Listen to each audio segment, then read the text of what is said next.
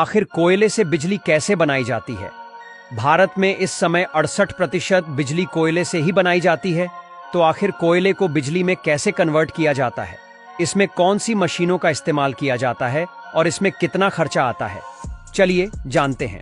Electric power plant काफी लंबे area में फैला होता है और ये एरिया करीब 3 से 4 किलोमीटर तक का होता है। इसमें कई यूनिट होती हैं और हर यूनिट का अपना अपना काम होता है और इन यूनिट के जरिए होते हुए बिजली का उत्पादन होता है। इसमें सबसे पहला काम कोयले का स्टोर होता है और ये कोयले का स्टोर भी बड़ी मात्रा में होता है और कई मिलियन टन में कोयले को रखा जाता है। यहाँ ट्रेन के जरिए कोयला पहुंचता है और फिर उसे स्टोर किया जाता है। यहाँ कोयला स्टोर के लिए खास व्यवस्था होती है। इसके बाद स्टोर से कोयला क्रशर मशीन में ले जाता है, जहां इसे तोड़ा जाता है और बाद में अलग मशीन के जरिए पाउडर में तब्दील कर दिया जाता है। दरअसल पहले कोयला अलग अलग शेप में होता है। कोलयार्ड में रखा कोयला काफी जगह घेरता है और यहाँ प्लांट का बड़ा हिस्सा घेरता है।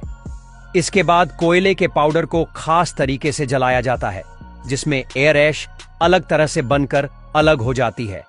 वहीं हीट के जरिए पानी को गर्म करके भाप बनाई जाती है। इस मशीन में पाइपों में पानी भरा होता है और स्टीम उन पाइपों के जरिए भाप बनाई जाती है।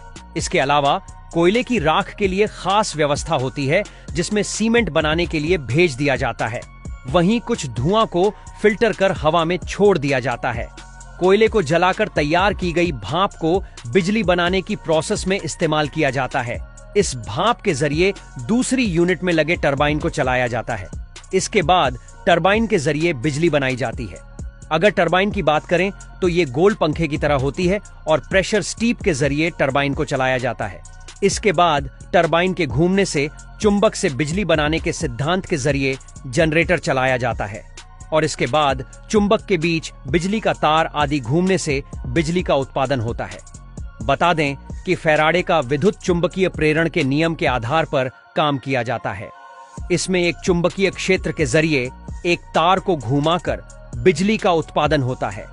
इस दौरान टरबाइन पर खास प्रेशर का ध्यान रखा जाता है, जिससे टरबाइन काफी तेज घूमता है और इससे जुड़ा अल्टरनेटर भी तेज घूमता है और आसानी से बिजली बनने लगती है।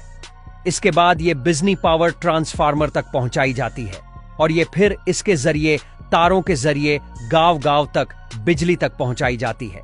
इसके अलावा भाप को फिर से पानी में तब्दील करके भाप को फिर से भाप बनाने के लिए काम में लिया जाता है।